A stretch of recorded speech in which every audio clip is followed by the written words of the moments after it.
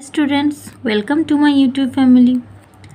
आज हम करने वाले हैं क्लास 12 का कोऑर्डिनेशन कंपाउंड्स चैप्टर का क्वेश्चन नंबर 9.25 जो कि उसके एक्सरसाइज का क्वेश्चन है। तो इस क्वेश्चन में क्या पूछा गया है, देखो।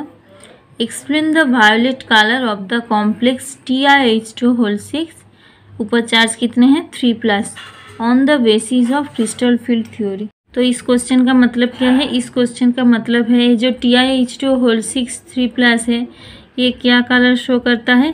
Violet colour. तो क्यों शो करता है ये हमें एक्सप्लेन करना होगा, किसके बेसिस पर? क्रिस्टल फील्ड थ्योरी के ऊपर बेस करके। ठीक है, आई होप क्वेश्चन आपको समझ में आए होंगे। अब इसका आंसर भी देख लेते हैं। तो देखो, in the complex TiH2 3+ Ti is in +3 oxidation state. ये जो टाइटेनियम है, टाइटेनियम क्या है? +3 ऑक्सीडेशन स्टेट। देखो यहाँ पे H2 क्या है? न्यूट्रल, यानी कि Ti के ऊपर जो चार्ज है वो क्या होगा? +3। तो इसका ऑक्सीडेशन स्टेट क्या हो गया? +3।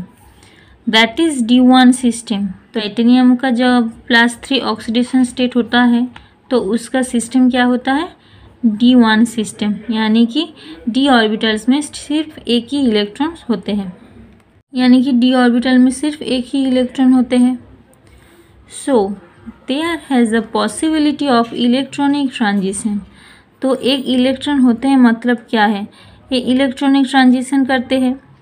इलेक्ट्रॉन अगर नहीं होता तो इलेक्ट्रॉनिक ट्रांजिशन नहीं होता, लेकिन यहाँ पे एक इलेक्ट्रॉन प्रेजेंट है, यानी कि यहाँ पे इलेक्ट्रॉनिक ट्रांजिशन पॉसिबल है। The loan electron occupies stable T2g orbital. Loan electron मतलब एक ही इलेक्ट्रॉन है, वो क्या ऑक्यूपाई करेगा? T2g orbital. हमें पता ही कि ऑक्टाहेड्रल कॉम्प्लेक्स है।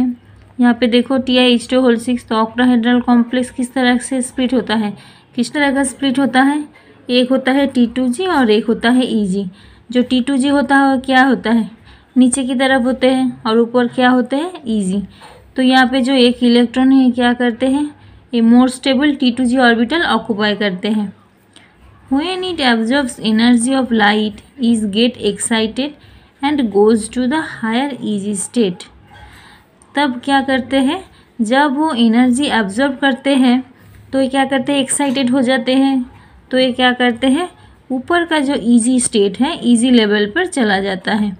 Such that the ground state configuration T2g1 Eg0। जब इलेक्ट्रॉन ग्राउंड स्टेट पे था तो उसका इलेक्ट्रॉनिक कॉन्फ़िगरेशन क्या होता था? T2g1, और Eg पे तो कोई नहीं तो Eg0, T2g1 Eg0। लेकिन अब जब वो एक्साइटेड होते हैं तो एक्साइटेड स्टेट पे उसका इलेक्ट्रॉनिक कॉन्फ़िगरेशन क्या आएगा? T2g0 Eg1। ठीक है, तो था T2g1 Eg0, अब हो गया T2g0 Eg1। As the absorption occurs in the yellow-green region, the transmitted complementary color is in violet region। तो अब क्या, ये जो एब्जॉर्प्शन यहाँ पे कलर एब्जॉर्ब करेगा इलेक्ट्रॉन, तो कौन सा रीजन में करेगा? Yellow green region. तो येलो ग्रीन रीजन में जब एब्जॉर्ब करेगा तो कौन सा कलर शो करेगा? जो ट्रांसमिट करेगा उसका कॉम्प्लीमेंट्री कलर क्या होगा? वायलेट होगा। तो ये हमें पहले से ही पता है। अगर आपको नहीं पता है तो आप मेरे ये कलर वाले वीडियो देख लेना जो कोऑर्डिनेशन कंपाउंड्स चैप्टर में मैंने दिए हुए हैं। वहाँ पे एक फील्ड के ज़रिए मैंने समझाया था कि कैसे कलर शो करता है, कौन सा कलर का कौन सा कॉम्प्लीमेंट्री कलर होता है। तो वो आप ज़रूर देख लेना, तो आपको अच्छे से समझ में आ जाएगा। ठीक है, अब यहाँ पे देखो, यहाँ पे ये येलो ग्रीन रीजन में ऑब्जर्व करता है, मतलब ये कौन सा कलर ट्रांसमिट करेगा? Violet colour. So the complex TiH2 3+ has violet colour. तो वायलेट कलर शो करेगा, मतलब ये कॉम्प्लेक्स क्या हो जाएगा? वायलेट कलर का। तो यहाँ पे मैंने इलेक्ट्रॉनिक ट्रांजिशन दिखाया है। देखो इस तरफ क्या है? एनर्जी। तो यहाँ पे देखो T2g पे पहले क्या था? ग्राउंड स्टेट में एक ही इलेक्ट्रॉन था, और Eg पे देखो कुछ नहीं, क्योंकि d ऑर्बिटल में यहाँ पे एक ही इलेक्ट्रॉन प्रेजेंट है। अब देखो जब इलेक्ट्रॉन्स एनर्जी लेके एक्साइटेड हो जाते हैं तो यहाँ पे देखो ए T2g का जो एक इलेक्ट्रॉन था वो कहाँ आ जाएगा? Eg पे आ जाएगा। तो इस तरह से इलेक्ट्रॉनिक ट्रांजिशन होगा। ठीक है, तो यहाँ पे देखो फिगर मैंने क्या लिखा है? Transition of an electron in TiH2 3+ complex ion. इस वाले कॉम्प्लेक्स में इस तरह से इलेक्ट्रॉनिक ट्रांजिशन हो रहे हैं।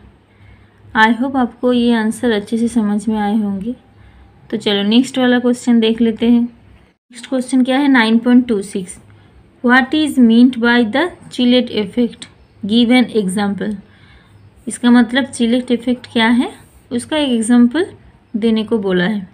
तो देखो चिलेट इफेक्ट क्या है वो हम पहले जान लेते हैं। आपको पता ही है कि चिलेट लिगेंड क्या है, तो उसी के ऊपर बेस करके यहाँ पे चिलेट इफेक्ट मैंने लिखा है। देखो when a didentate or polydentate ligand contains donor atoms attached to the central metal ion in such a way a 5 or 6 membered ring is formed। जब कोई डाइडेंटेट और पॉलीडेंटेट, मतलब डाइडेंटेट मतलब क्या है, उस वाले लिगेंड में 2 डोनर एटम्स होते हैं, पॉलीडेंटेट मतलब 2 से अधिक डोनर एटम्स होते हैं। तो इस तरह से जब कोई लिगेंड अपने डोनर एटम्स के साथ सेंट्रल मेटल आयन के साथ जुड़ते हैं तो इस तरह से जुड़ते हैं कि वो एक 5 और 6 मेंबर रिंग बना सके। ठीक है, क्यों? क्योंकि ये जो 5 और 6 मेंबर रिंग फॉर्म करते हैं इसे ही हम क्या कहते हैं, चिलेट कॉम्प्लेक्स कहते हैं। ठीक है, तो ये जो चिलेट कॉम्प्लेक्स होते हैं, देखो this chelated complex are more stable than the non chelated complexes. तो ये चिलेट कॉम्प्लेक्स बनते हैं, ये क्या होते हैं, मोर स्टेबल होते हैं। किससे? नॉन चिलेटेड कॉम्प्लेक्स, मतलब जो नॉर्मल कॉम्प्लेक्स होते हैं उससे ये चिलेटेड कॉम्प्लेक्स ज़्यादा स्टेबल होते हैं। इस इफेक्ट को ही हम क्या कहते हैं, चिलेट इफेक्ट। समझ में आया बच्चों?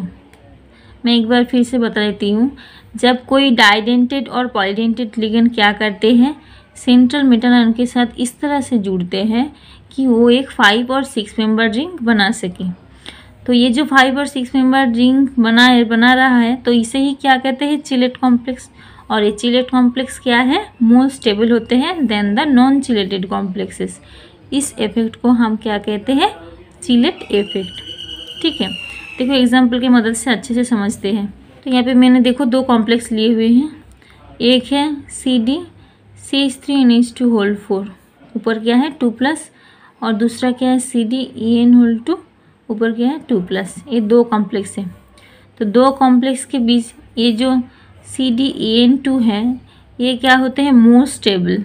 क्यों मोर स्टेबल होते हैं, आइए हम समझते हैं। इसके स्ट्रक्चर देखो।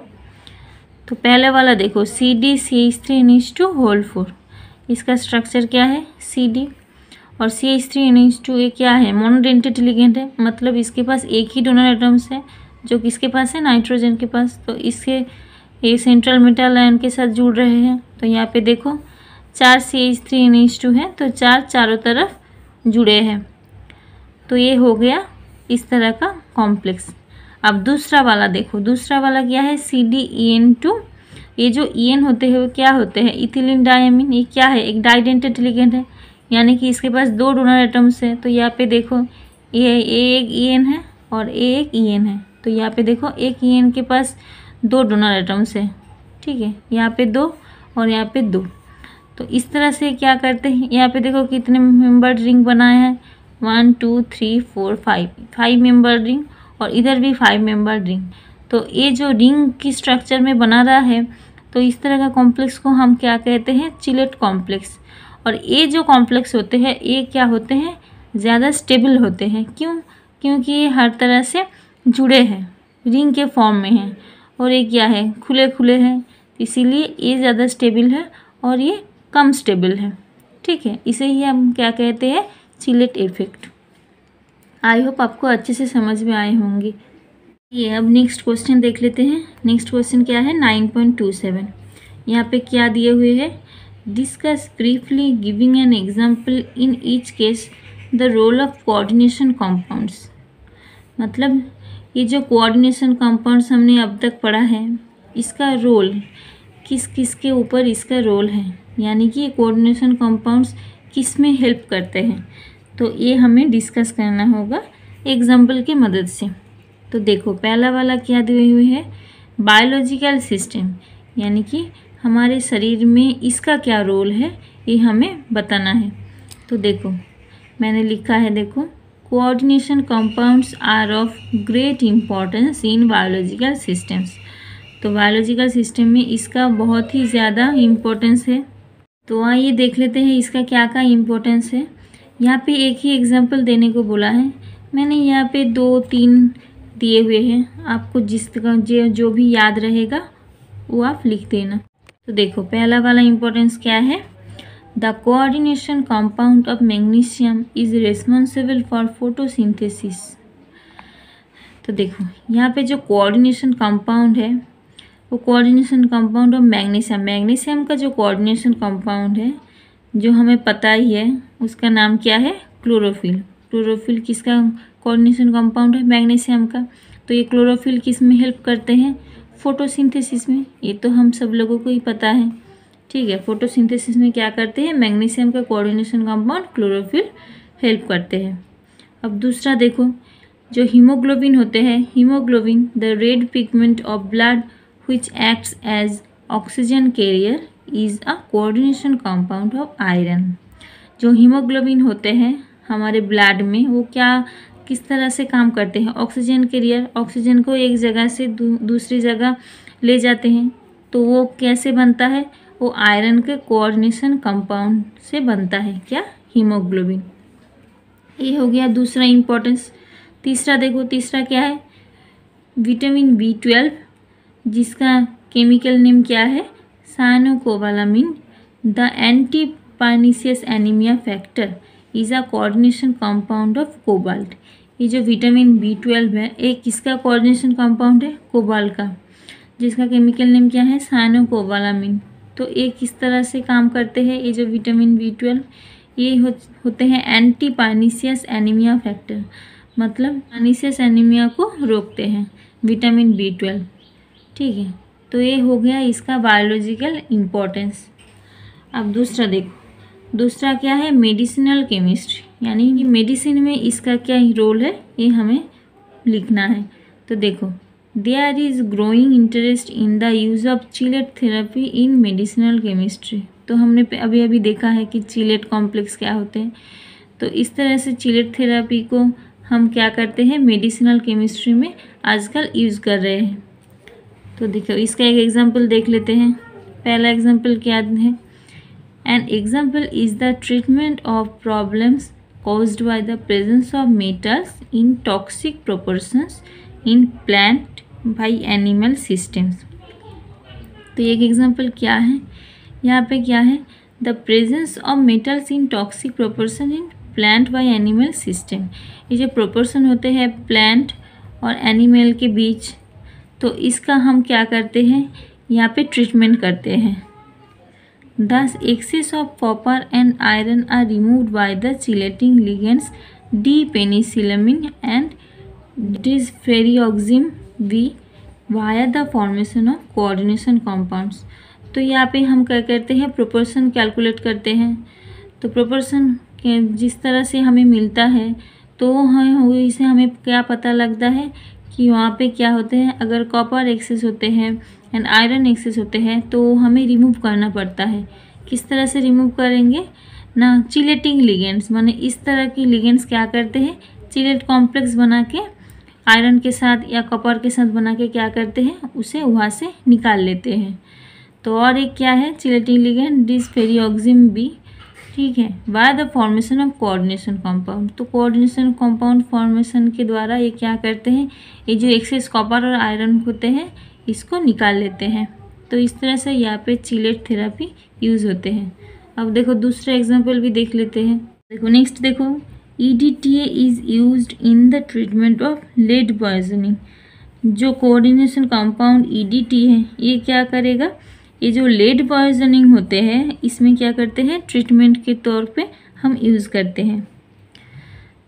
3 क्या है, some coordination compounds of platinum effectively inhibit the growth of tumours.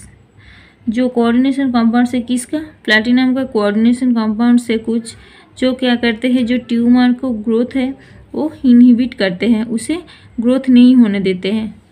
जैसे कि एग्जांपल देखो, सिस्प्लैटिन एंड रिलेटेड कंपाउंड्स।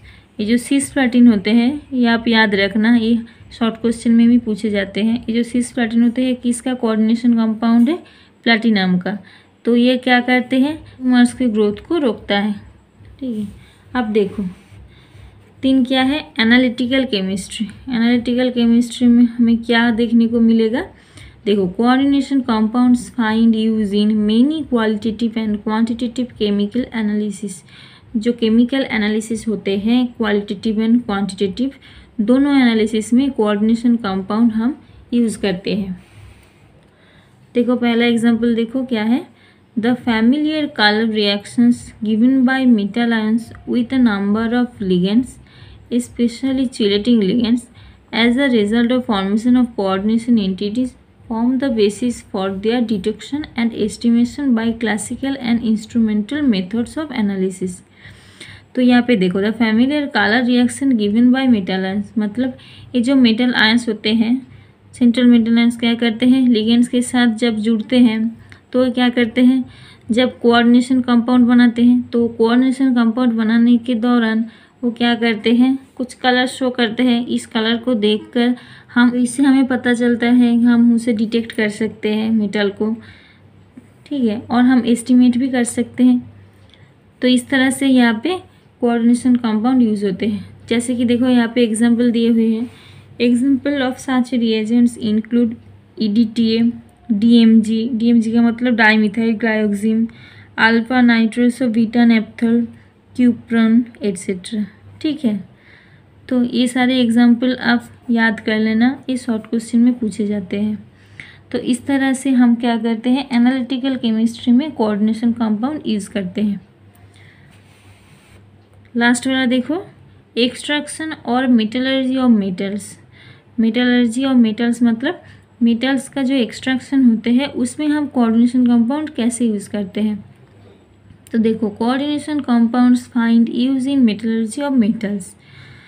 तो पहला यूज देखो, some important extraction processes of metals like those of silver and gold make use of complex formation. ठीक है, gold for example combines with cyanide in the presence of oxygen and water to form the coordination entity AuCN2 ऊपर minus in aqueous solution. Gold can be separated in metallic form from this solution by the addition of zinc। तो यहाँ पे देखो क्या कर रहा है, यहाँ पे जो गोल्ड और सिल्वर का एक्सट्रैक्शन होता है तो वहाँ पे क्या होता है, ये कोऑर्डिनेशन कंपाउंड यूज़ होते हैं। क्योंकि यहाँ पे देखो ये जो साइनाइड कॉम्प्लेक्स यहाँ पे क्या करते हैं, गोल्ड के साथ कंबाइन करके क्या बनाता है, ए कॉम्प्लेक्स बनाता है। तो ए कॉम्प्लेक्स से हम क्या करते हैं, जिंक देकर यहाँ से हम गोल्ड एक्सट्रैक्ट कर सकते हैं। तो ऐसे ही यहाँ पे क्या होते हैं, कोऑर्डिनेशन कंपाउंड यूज़ होते हैं। आई होप आपको यहाँ तक अच्छे से समझ में आए होंगे। आप ये वीडियो अच्छे से देखना तो आपको अच्छे से समझ में आ जाएंगे। Thank you for watching this video. मिलते हैं नेक्स्ट वीडियो नेक्स्ट क्वेश्चन के साथ। Thank you.